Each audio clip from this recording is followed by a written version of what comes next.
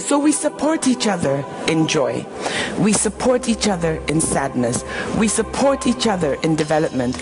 And this is what I would like to see happen on an Africa scale. They say this is the decade of the African woman, and I believe that this is so. Her Excellency, Toyin Saraki, philanthropist, businesswoman, mother, and a woman with a big vision and passion for Africa. She set up the Wellbeing Foundation Africa with the aim of building sustainable change for African families and to help reverse the cycle of poverty on the continent. The Wellbeing Foundation has been able to transform the lives of countless women across Nigeria. This is just the beginning. When Toyin set targets of how many women she wanted to reach in her home country, Nigeria, there were 5.3 million births every year, a figure which increases annually.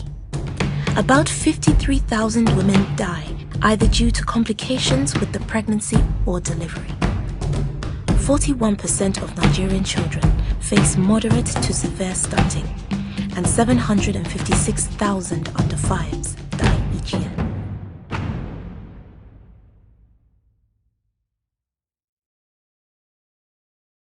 The plight of mothers across Nigeria and Africa is a passion very close to Toyin's heart. When I was getting married in 1991, I was pregnant and I was expecting twins. But few days before my wedding, everything went awry. And basically, I began to hemorrhage. And on the eve of my wedding, I found myself in hospital in this situation which was beyond my contemplation. I never even knew things like that happened to people. Anyway, I ended up delivering that night, and it was a very harrowing experience. I had my daughter, naturally, and then my daughter's twin got stuck. And there was this life-changing delay, which meant that the next baby came out stillbirth. And I had a lot of postpartum bleeding. And to cut a long story short, in 24 hours, I got married, had a child, and lost a child. What I experienced was an unavoidable reality for the majority of the women in my country. The inadequacies of the Nigerian health system, the lack of reliable information, the absence of an effective referral system. I've seen babies die because their blood types were not compatible with that of their mother. I've seen children die because the parents can't pay the registration fee to access the free care in the hospitals. I've seen lives lost because even in the same facility, they don't want to marry the health of the newborn to that of the mother.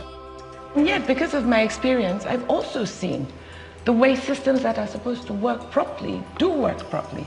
I've seen the synergy of mother, child, system, doctor, research facility, records, and I just wanted to know how to bring this synergy to my own country.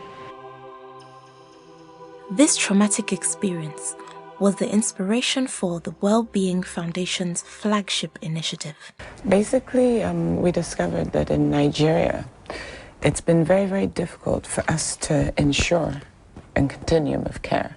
I looked at a few countries all over the world that have very, very good survival rates, and I realized that they all have one thing in common. They're all using home-based, which is patient custody, health records.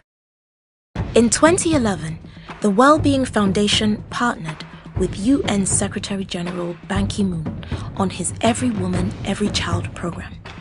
Through this, they have been able to exponentially scale up to fulfill 2 of the Millennium Development Goals by 2015.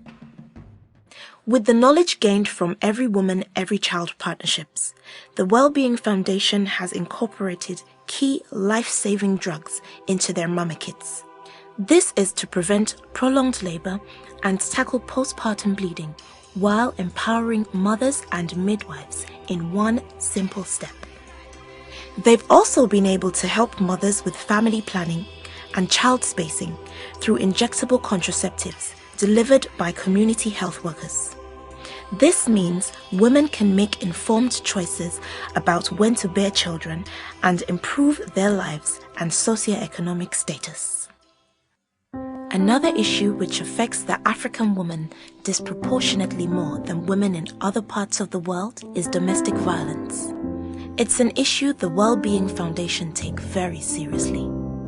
At the Wellbeing Foundation Africa, we're encouraging victims to speak out, while encouraging national governments to ensure legislation that protects victims, as well as bring justice to offenders. The statistics on violence against women in Africa still remain shockingly high. In Nigeria, for example, according to the Global Press Institute, over 50% of women are routinely abused by their husbands. More than 2/3 of Nigerian women are believed to experience physical, sexual, and psychological abuse in their villages. However, only 45 countries worldwide, excluding Nigeria, have legislation protecting women against domestic violence. But many of these laws are not regularly enforced, especially during times of conflict. At the Wellbeing Foundation, we're asking you to say no to violence against women.